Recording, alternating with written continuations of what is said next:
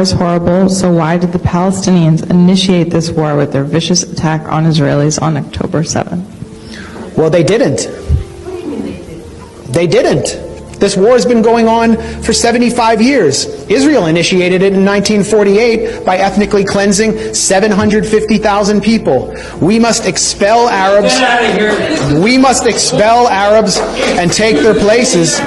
We must expel Arabs and take their places, and if we have to use force, not to dispossess the Arabs of the Negev and Transjordan, but to guarantee our own right to settle in those places, then we have force at our disposal. David Ben-Gurion, the first Prime Minister of Israel, said that in 1937, and that's what they proceeded to do. The people in Gaza, this is what you need to understand. The people in Gaza, over 80% of them are refugees. Many of them are from a place called Majdal Asqalon in what is now southern Israel, in a city called Ashkelon. And they were dragged from their homes and driven from their homes, placed in prison camps, barbed wire prison camps, and then dumped in trucks in 1950 into the Gaza Strip, where they would be permanently warehoused.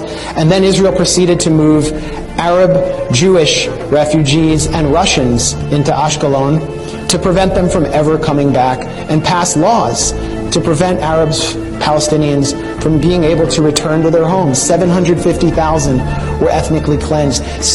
For 18 years, the remaining Palestinians, 100,000, were internally displaced inside Israel. The remaining were put under military rule. They were under military occupation until 1966. Then in 1967, Israel violently, in a war it initiated, occupies Gaza, occupies the West Bank, occupies the Sinai Peninsula, the Golan Heights in East Jerusalem, and then invades Lebanon in 1982, attacking Palestinian refugees there, puts Gaza under siege in 2005. No one can get in or out without Israeli military permission.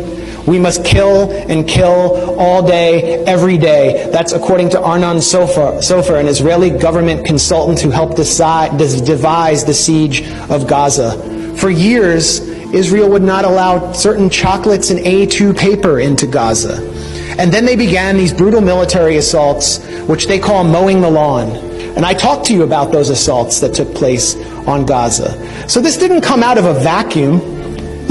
You're not going to be able to hold people under siege, to cut them off from the world, and then expect them to just play along. And that doesn't mean that I celebrate what happened on October 7th. It should have never had to happen. The reason it happened is because of the Israel lobby here, the genocide Democrats and the genocide Republicans who deny the Palestinians any right to have rights. And it's the right to have rights that defines you as a citizen. They're citizens of nothing. And now we see what Israel really thinks of them, really thinks of their children. Gaza has become a graveyard for children, according to UN Secretary General Antonio Guterres. So this didn't start on October 7th, and it's not going to end when there's a ceasefire.